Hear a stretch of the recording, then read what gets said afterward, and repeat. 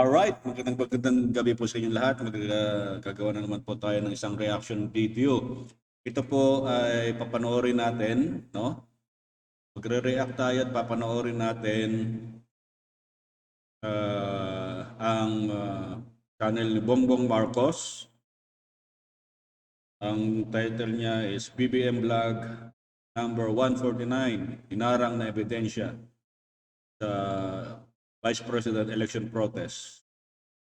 So, alam naman po natin lahat ng ilang taon na po ang nagdaan ay wala pa rin naging resulta at ang masamang balita na ay ang mga importanteng mga ebidensya na sinumite o isusumite ay hinarang po ng ating mga hukom.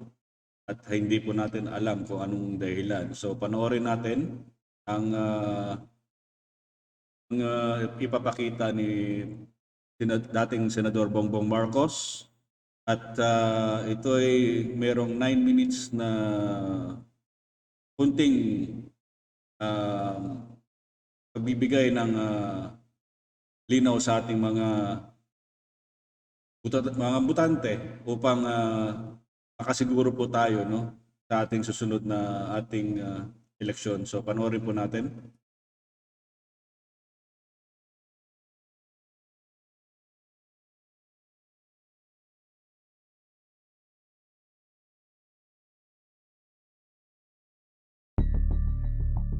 Kung inuna niya yun, yung Mindanao, garantisado makakapagpakita siya ng daya. Bakit ako sigurado? Kasi nagprotesta ako rito sa Comelec doon sa 3 probinsyang yun, doon sa regional against Hataman. Napakita namin lahat yung daya rin sa 3 probinsyang yun. Yun ang ina-adapt ni Marcos, yung findings ng Comelec. Sinabi ng Comelec, hindi yung voter ang bumoto dito, iba. So, imposible po kasi na mangyari na halimbawa sa 100 bumoboto ay walang imposibleng iisa lang yung iboboto nila, di ba? So hindi po sila magkakakilala, no? Hindi sila magkamag-anak, kahit na magkamag-anak po yan sila, pero may kanya-kanya po tayong kumbaga manok, no? Parang sabong lang yan eh. Doon ka sa wala o doon ka sa meron, no? So parang pinapalabas ng kampo ng kabila na lahat ay bumoto sa kanila at wala dito kila BBM. So imposible naman po yun. So na-confirm naman po ito ng ating Comelec na may maraming mga fake voters. Ika nga po ay maraming mandarayang butante. So actually hindi po sila mandaraya kundi nandaya yung nasa kabilang panig, no? Panoorin natin. Pakita namin lahat yun, kaya ina-adapt ni Marcos yun. Yun po.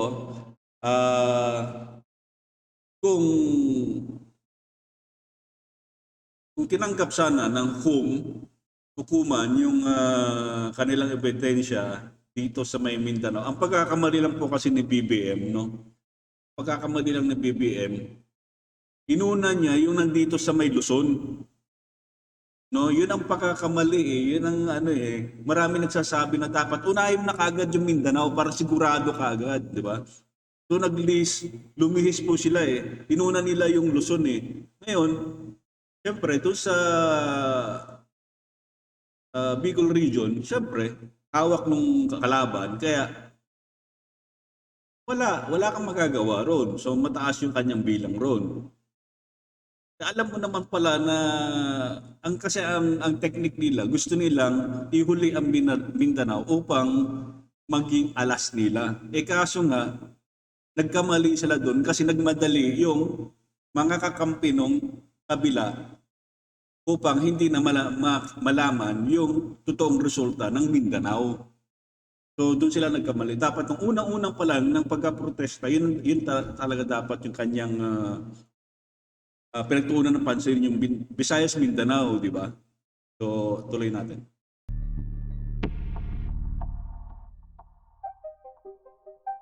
Matapos ang 2016 elections, nagsilabasan ang mga botante sa social media at news sites at nagtatanong, nasaan ang mga boto namin para kay Marcos? Ito rin ang sabay-sabay na hinaing ng ilang miyembro ng Iglesia ni Cristo mula sa mga probinsya ng Yan po, isa pa po yan, INC, no? So, napakalaki pong, napakalaki po yan sila na milyon po. Pagka nagboto po yan sila, magkakasama po yan, solid yan. So, nasaan po yung boto nila? So, makikita natin sa chart na halos lahat ay 0-0-0-0 at isa lang po yung sa kabilang kalaban ay siya lang yung may boto. So, dito pa lang po, dapat, alam na ng, hindi ko po maintindihan yung ang kanilang pag-iisip talaga. Makikita mo naman na 0 na ngayon. Hindi ka pa magtataka na walang dayaan, di ba? So, tuloy natin. Basilan, Maguindanao at Lanao del Sur. Kasabay nito, nagsilabasan rin ang mga screenshots ng tali ng boto mula sa mga lugar na iyon. Ang nakakapagtaka, sa iisang kandidato lamang napunta ang lahat ng boto, samantalang 0 ang natanggap ng ibang katunggali. Isang pangyayaring kahit sa buong kasaysayan ng eleksyon sa ating bansa ay ni minsan hindi naganap. Nakita niyo naman po ang chart ni BBM, 0 vote sa lahat ng mga probinsya na barangay. So may mga barangay tayo dyan sa Tawi-Tawi, Basilan. So posible naman po na mas 0 yan. Kahit isa lang dapat meron yan. So talagang may daya, di ba? Kahit grade 1 nga Hindi maniniwala dyan Sa Mindanao, puro appreciated yan. Pagdating ng balutan o kukunin ng mayor, yung mayor sisayda na lahat yan. Kunyari bumuboto yung mga tao, pero wala na. Ang hinuhulog nila yung mga na. Kaya dami 0 Meron pa naman 0. Nagsagawa ng technical examination ang COMELEC sa tulong ng National Bureau of Investigation upang malaman kung lehitimo ang mga botanteng nakilahok sa halalan ng ARMM. Dito po sa part na to, magugulat po kayo talaga. As in magugulat kayo. So sana po maging aral po sa atin to sa susunod na eleksyon, no?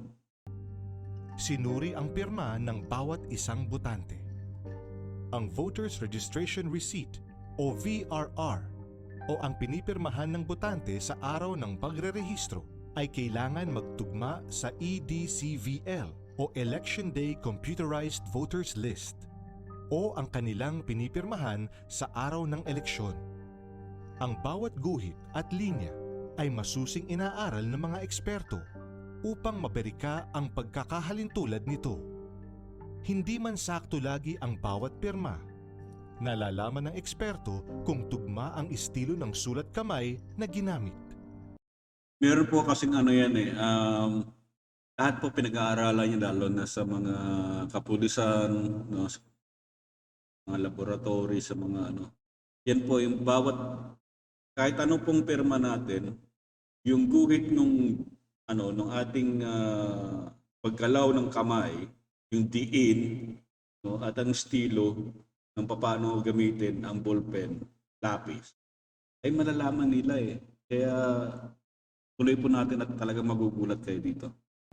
Laking gulat ng COMELEC at NBI nang lumabas ang resulta.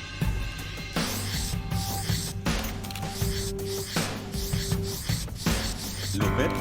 Mahigit 80% ng pirmang sinuri ay hindi nagtugma. Ang tanging 4% lamang ang pumasa at itinuring na identical. Ang iba namang natira ay binansagang kaduda-duda o kulang-kulang upang masuri ng pag-aaral. Ang pirma sa bahaging kaliwa ay ang pinirmahan ng botante sa araw ng pagrehistro. Ang pirma sa kanan ay ang pirma sa araw ng eleksyon. Karamihan ng pirma ay tila hindi man lang sinubukang gayahin ang orihinal na pirma ng botante.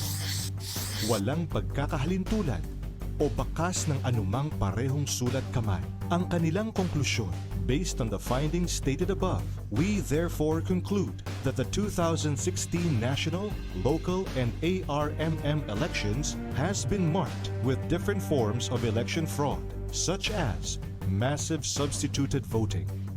Yun na po. Grabe no. Mahigit 80% ng botante sa ARMM ay peke. So makikita nyo, kumbaga sa isang barangay at kampi siya doon sa kalaban, wala na. Tapos na ang usapan. Pero mo 80% lupit, di ba? At ikapanga ng mga investigador, ang sulat kamay ng karamihan ng pirmang nakalap ay tila galing lamang sa iilang individual. Inilabas ng Inquirer.net sa kanilang YouTube channel noong May 28, 2016 ang isang cellphone video na kuha sa loob ng isang presinto sa Maguindanao. Ang sabi sa caption, "If you're a registered voter in Datu Saudi Ampatuan, Maguindanao, you don't have to go out and vote because somebody else will likely do that for you." Ang mga sagradong balota na siyang pribado, iniingatan at pinangangalagaan ay kumpol na nakalatag sa lamesa at ginagawa pang pamaypay ng ibang naroon. Hinding-hindi dapat dumadaan sa kamay ng ibang tao ang balota, kundi tanging sa botante lamang. Sa naturang video, klarong-klaro na ang isang grupo ay pinagpapasahan at sinusulatan muna ang balota bago ipinapasok sa vote counting machine. Mga mabibigat na paglabag sa ating batas pang-eleksyon. Ipresenta pa ng grupo ang mga testigo ng umunay dayaan sa Maguindanao. May mga video raw silang hawak na magpapatunay na pre-shaded na ang mga balota pabor kay Congresswoman Leni Robredo. Sentro po nung dayaan sa ARMM sa probinsya ng Maguindanao, itong bayan ko sa Datu Saudi Municipality. May mga videos po tayo nadala na nagpapatunay po na ilang tao lamang po yung nagsisate at nagpapasok ng balota doon sa bisya.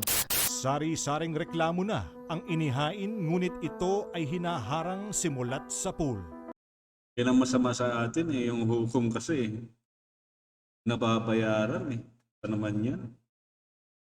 Dapat hindi ganun Kaya nga hukom justice Diba? Justice prevail dapat. Hindi yung Kaya hindi mo masisisi na ayaw sa iba sa sa death penalty. Dahil karamihan nga, yun nga, ang takot na lalo't na ikaw ay mahirap lang. At ang kalaban mo ay may kaya, mayaman. Ano ka na kagad sa kaso ganun Kaya kahit sa bansa, ganun talaga nangyayari. Kaya dapat talaga baguhin dapat, Hindi pa man tapos ang investigasyon, ay mahigit 80% na ang napatunayang produkto ng dayaan at ayon sa mga eksperto, inaasahang itong bilang na ito ay lalaki pa kapag itinuloy ang kasong annulment of votes. Mapapawalang bisa ang mahigit 300,000 na boto mula Maguindanao, Basilan at Lanao del Sur at malalampasan ni Marcos ang 263,000 na botong lamang sa kanya. Ang resulta na ito ay official findings ng COMELEC at NBI at magsisilbi ng susing ebidensya para sa protesta ni Governor Sakur-Tan laban sa Liberal Party candidate na si Mujib Hataman. It's no less than the Commission on Elections that conducted the technical examination. Tatlong probinsya, Basilan, sa Maguindanao, sa Lanao, 80% ay fake voters. So, hindi identical ang mga signatures ng mga nakaregister doon sa mga bumoto. Yun nga yan Alam na ho ng COMELEC yan Bakit pa... Dapat talaga, ayun nga sabi ng ating mga attorney or mga pag napapanood nyo sa mga YouTube na mga ano daw yan? Individual, parang private. Parang gano'n, Hindi ng sakop ng gobyerno Kaya hindi nila ma-demolish Hindi pa lang sakop ng gobyerno. Bakit Bakit may nandyan pa, di ba? Dapat, ewan ko, kayo nang bahala, comment lang kayo sa baba. Though ito ay sa local lamang, pero maapektuhan yung siyempre yung mga sa national. The same ballots naman yun. Kay Vice President Lenny and Senator Bongbong, ang diferensya nila ay 200,000. So, tingin ko, malaking bearing ito. Bilang isang opisyal na dokumento mula sa COMELEC at NBI, tanging ang pagpayag na lamang sana ng Korte Suprema ang kinakailangan upang tanggapin ito bilang ebidensya. Ngunit sa kasamaang palad, hindi na hahantong dito ang kasong ito. 5 taon itong hinaharang at inilihis. Sari-saring pagmaniobra ang ginawa ni na Justice Leonen at Justice Kagiwa para maitago ito sa mga kasamahan nila sa tribunal. Ang ebidensyang kailangan sana makita ng mga hurado upang makapaghusga ng patas at may kaalaman ay pinaggait sa kanila ng mismong mga kasamahan nila. Kung lokong to eh. Talagang pera talaga. Diyos ko, yun naman. Marami siguro sa atin ang nakakabalita at yung iba pa ay nakakasaksi ng iba't ibang mga dayaan na nakikita sa eleksyon. Ngunit ito ay nakikita lamang natin sa mga local election. Ginagawa ng mga kandidato. Ngunit hindi naman natin inaakala na ang pagharang sa hustisya ay gagawin ng 2 justice ng pinakamataas na hukuman sa ating bansa. Ngayon lang siguro natin nakita itong Lupit, no? organisadong pagmaniobra na umabot hindi lamang sa lokal, kundi sa presidential level na ng ating halalan. Gamitin natin itong malupit na karanasang ito upang patibayin ang ating loob na tiyakin na ang tunay na boses ng bawat mamamayang Pilipino Tunay. ang mananaig. Yun po, narinig niyo naman po ang sabi ni mabutihing dating Senador Bongbong Marcos, no?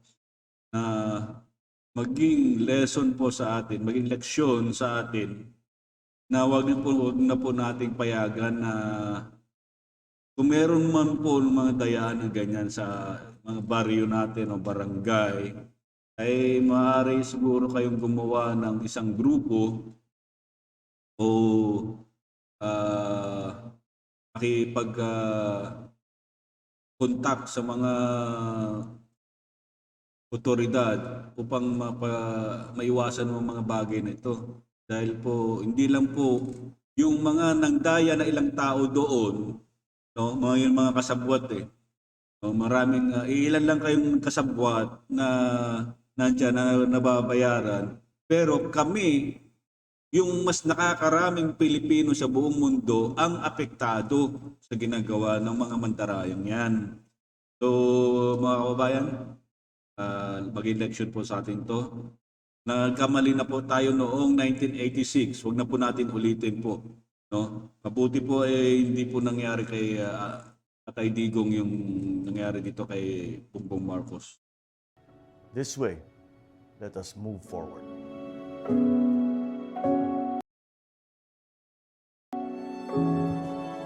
Hi guys, once again, Yun, maraming salamat po sa inyong lahat at naway po ay mabigyan kayo ng kahit konting kaalaman kung paano na